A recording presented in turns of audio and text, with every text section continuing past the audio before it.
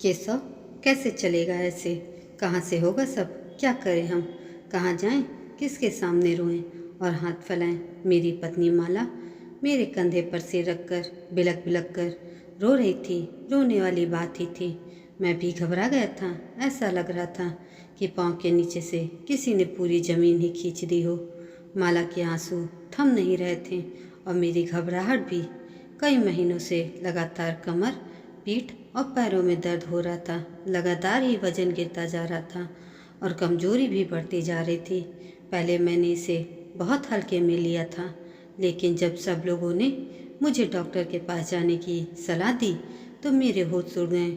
मेरी एक किडनी खराब हो चुकी थी। डॉक्टर ने उसे ट्रांसप्लांट करने के लिए कहा। मेरे तब होश उड़ गए। एक आम मिडिल क्लास परिवार में यह किसी आफत से कम नहीं था। मुंह पर मेरी बेटी की शादी थी। उसकी शादी में खर्च करूं या अपनी किडनी खरीदने में? बाहर किडनी का कास्ट कम से कम 2 लाख रुपए है। बावजूद उसकी भी गारंटी नहीं है कि यह ट्रांसप्लांट कामयाब होगा भी या नहीं। मैं बहुत ही मायूस हो गया था। मैं माला को सांत्वना दे रहा था, तभी सुमंदी का फ़ोन आ गया। मेरे हेलो करते ही उन्होंने कहा, बउआ तेरी तबीयत तो ठीक है ना? बड़ी दी प्रणाम। मैं कुछ कहता उससे पहले ही माला ने फ़ोन छीन लिया और कहा, बड़ी दीदी हम बड़े मुसीबत में घिर गए हैं। इनका एक किडनी खराब हो चुका है। डॉक्टर ने 1 महीने का समय दिया है। अब इस मुसीबत में हम पहले मधु बिटिया की शादी करें या किडनी खरीदें? बड़ी दिक्कत हो गई है। इतना पैसा भी नहीं है। क्या करें, कुछ समझ नहीं आ रहा है। सुमंदी यह सुनकर घबरा गई। मैंने माला को आंखें दिखाया और उससे फ़ोन छीन लिया। दीदी को मैंने टालते हुए कहा, दीदी उतनी घबराने वाली बात नहीं है, आप निश्चिंत रहिए।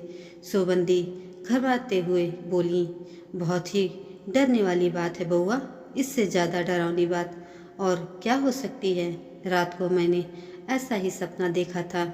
माँ और बाबा दोनों आकर कह रहे थे, सुमन बउआ को संभाल लेना, वह बहुत डरता है। मुझे लग रहा था कि कोई न कोई गड़बड़ होने वाली है। तुम चिंता मत करो, सब ठीक हो जाएगा।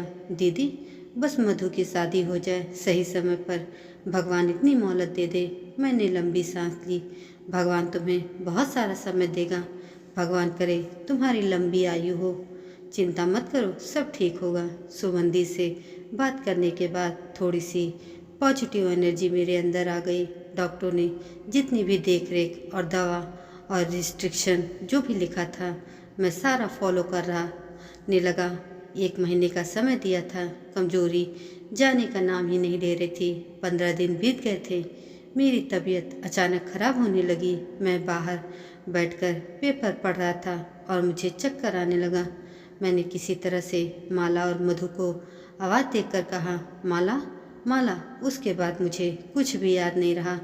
आज पूरे 6 दिनों के बाद होश में आने के बाद मैंने अपने आप को अस्पताल के बेड पर पाया। मेरे चारों तरफ मशीन की आवाज़ आ रही थी। हाथों पर सलाइन बॉटल लगा हुआ था। सामने कुर्सी पर माला और मधु दोनों बैठी हुई थी। धीरे धीरे मैंने अपनी आंखें खोली तो माला और मधु दोनों के चेहरे पर एक जीवंत मुस्कुराहट आ गई। मैंने प्रश्नवाचक निगाहों से उन दोनों की तरफ देखा।